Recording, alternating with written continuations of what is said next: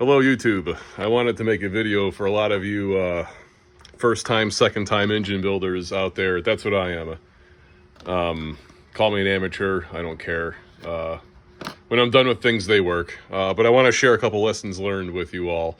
I bought a used short block from someone that I trust, but I took everything apart instead of just relying on everything he told me.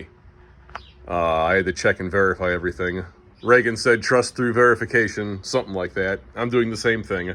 But anyways, when I was taking stuff apart, I learned two hard lessons, and this is my attempt to teach them to you all. Save you some money, save you some time. Number one, cast piston rings are very fragile, and I honestly feel like once you put them onto the piston, that's it. Don't take them off ever.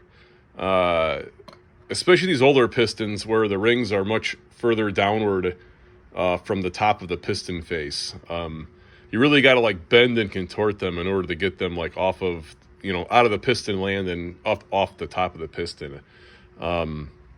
So, don't once you gap your rings, and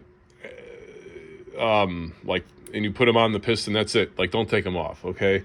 Because this crap happens, then you end up buying a new set of piston rings, which is what I did.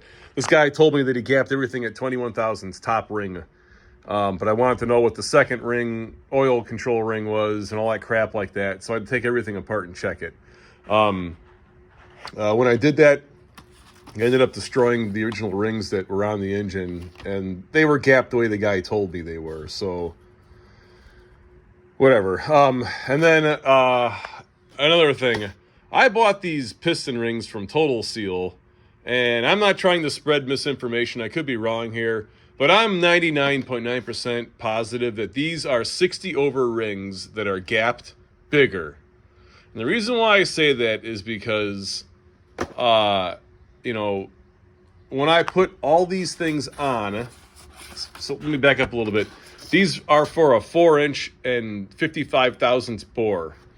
This engine, this short block right here, is 4-inch. If you look at some of the numbers I have written down here, it's 4-inch and 58 thousandths, 4-inch 59 thousandths.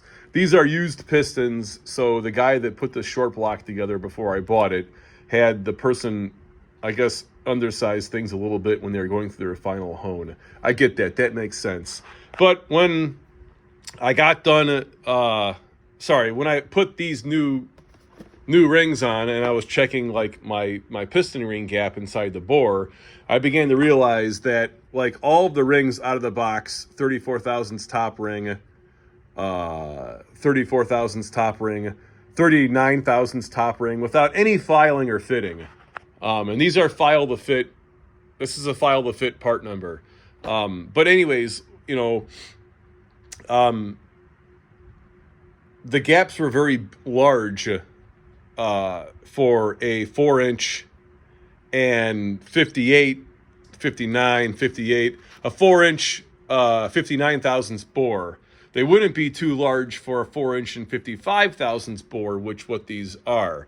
But again, I'm almost 100% confident that these are 4-inch and 60 thousandths piston rings that have a larger end gap. So again, these are expensive. Don't waste your money.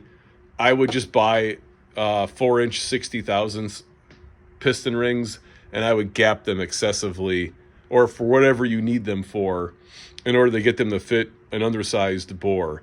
This is going to be a turbo motor, so I want the larger end gap. This all worked out. If anything, maybe it was worth the money in the end, because I didn't have to really gap the top ring too much. I only did gap the second ring. Anyways, yes, those are two lessons learned. I wanted to share them with you all. Thank you.